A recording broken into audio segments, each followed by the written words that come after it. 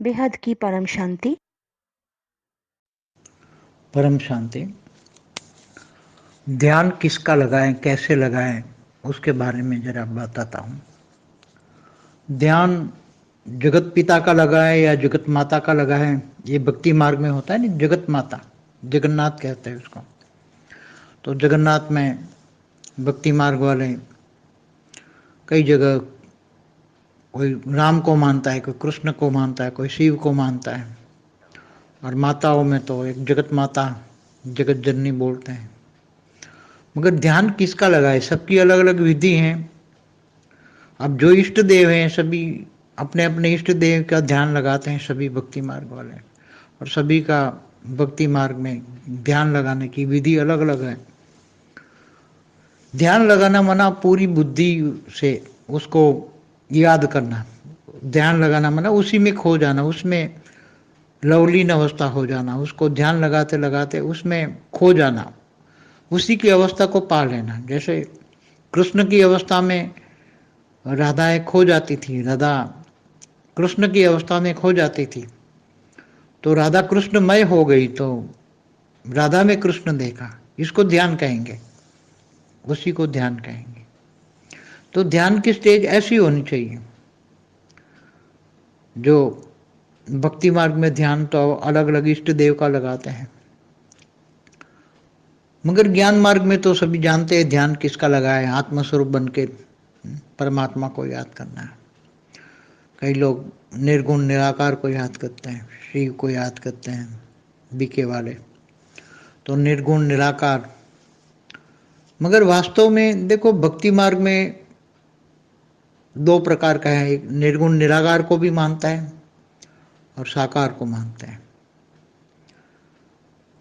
मूर्ति के बिना ध्यान किसका लगाए, निराकार का कैसे ध्यान लगाए। वो लोग कहते हैं निराकार से भाव नहीं आएगा, और निराकार से भाव माना प्यार नहीं आएगा। निराकार से कैसे प्यार करें।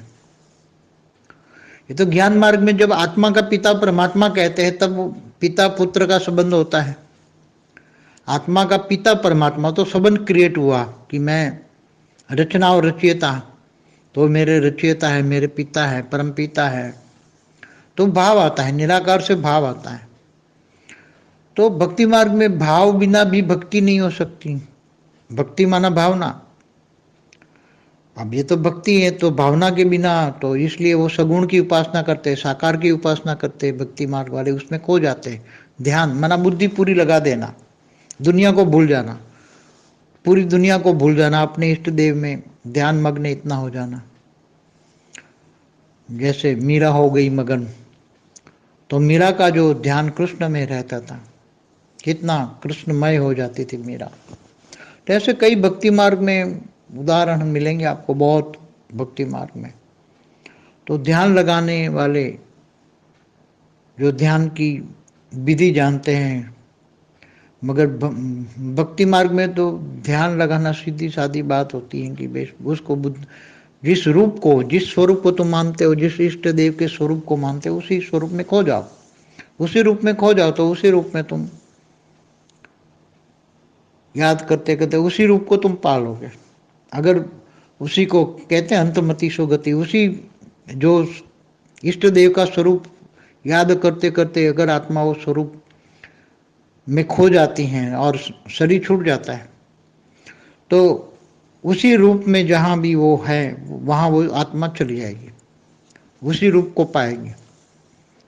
जैसे कोई भी, जैसे कृष्ण को याद करते हैं, तो कृष्ण को याद करते करते खो जाओगे, और शरीर छूट जाएगा तो कृष्ण जहाँ भी रहता होगा वो उसको तुम लो जाओगे। तो जैसे मैंने पहले भी बताया, राधा कृष्ण का आकारी रूप गोलोक में रहता है। विष्णुपुरी में गोलोक होता था, तो वहाँ राधा कृष्ण का आकारी रूप गोलोक होता है। तो वहाँ सीधे तुम गोलोक में कृष्ण के पास, क्योंकि तुम कृष्णमय हो गए।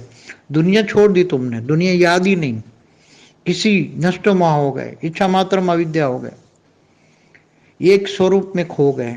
तुम वही स्वरूप पाओगे, अंतमति सुगति। और किसी देहधारी को याद किया तो फिर भूत बन के भटक जाओगे। इसलिए यहाँ तो ज्ञान मार्ग है। यहाँ फिर भी कहा कि चित्र में विचित्र को याद करो, साकार में निराकार को याद करो, मगर बुद्धि कहाँ, ऊंचते ऊंच परम धाम में। क्योंकि ऊंचते ऊंच परम धाम में पावर है, पावर हाउस में, पावर हाउस से कनेक्शन जोड़ो। पावर हाउस से कनेक्शन कैसे जोड़ोगे? तो पूरी ज्ञान और योग की विधि बताई है यहाँ। ज्ञान मार्ग में योग अलग है, योग माना कनेक्शन, और भक्ति मार्ग का योग माना ध्यान अलग है। इसलिए ध्यान और योग में तो सब फर्क, ज्ञानी तो आत्मा तो सब जानते ही हैं। अब ज़्यादा बार बार क्या रिपीट करूं, उसमें तो सब बताया हुआ है, बार बार रिपीट नहीं करना। परम शांति।